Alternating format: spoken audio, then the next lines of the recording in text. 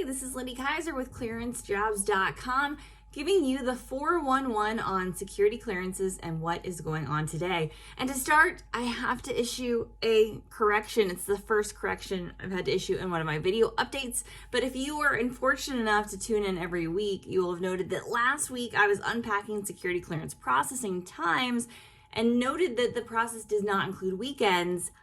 Fact check. When you are looking at initiation, investigation, and adjudication timelines from both ODNI and DCSA, they do have weekends baked into those. So I apologize for that.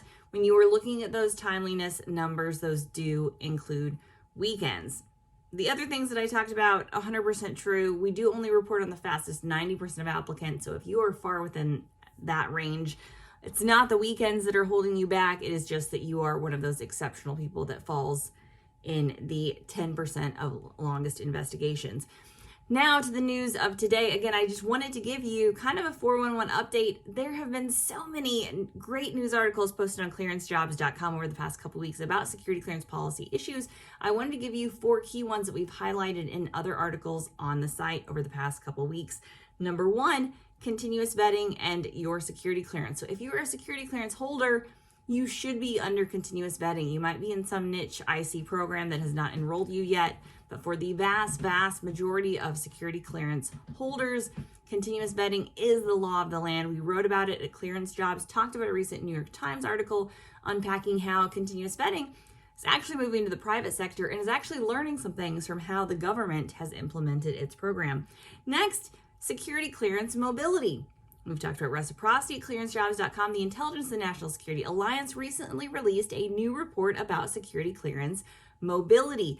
Broader than just the issue of reciprocity, Congress, a lot of thought leaders in this space are saying, hey, we need to make the mobility of our workforce better.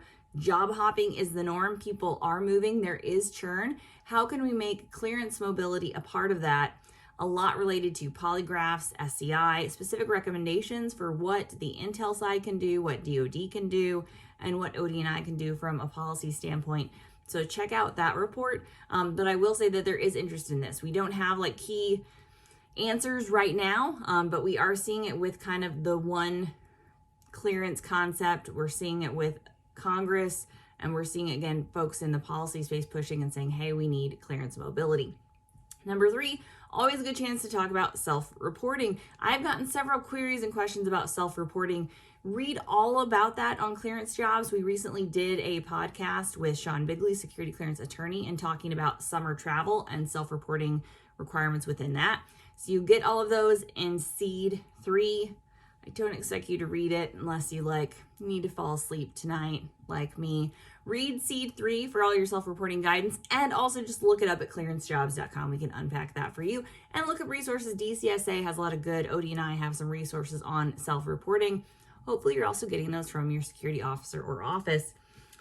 And finally, just wanted to bring to your attention how to get a copy of your background investigation. This came up with a little bit with the Katie Arrington case, talking about if you have an issue in your security clearance background, if you've lost a security clearance, or talking about the mobility piece. Again, a lot of people moving and transferring positions, being under continuous vetting actually makes this more important.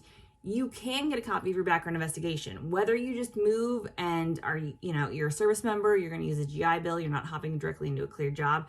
If you are moving into a different cleared job and maybe you're through reciprocity transferring to another agency, regardless, anyone can request a copy of their security clearance background investigation at any time, but they're not just going to give it to you. Your security officer is not just going to hand it to you. You can't just get it from a background investigator, so don't ask them. You have to submit a Privacy Act request, a very formal function, specific things that you need to submit and send to them, but you can get a copy of your background investigation.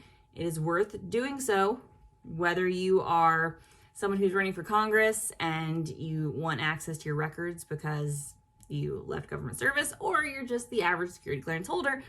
It's just good to know what is in your security clearance background investigation. I used to always say, so you know who to send a Christmas card to or not this year, but now nobody sends holiday cards anymore, so I'm aging myself. But you can get all of that. So that's my 411 in 4 minutes, close to it, about what's going on with the security clearance process today. For all of that and all of that great content, those are in articles that were featured over at clearancejobs.com just in the past couple of weeks.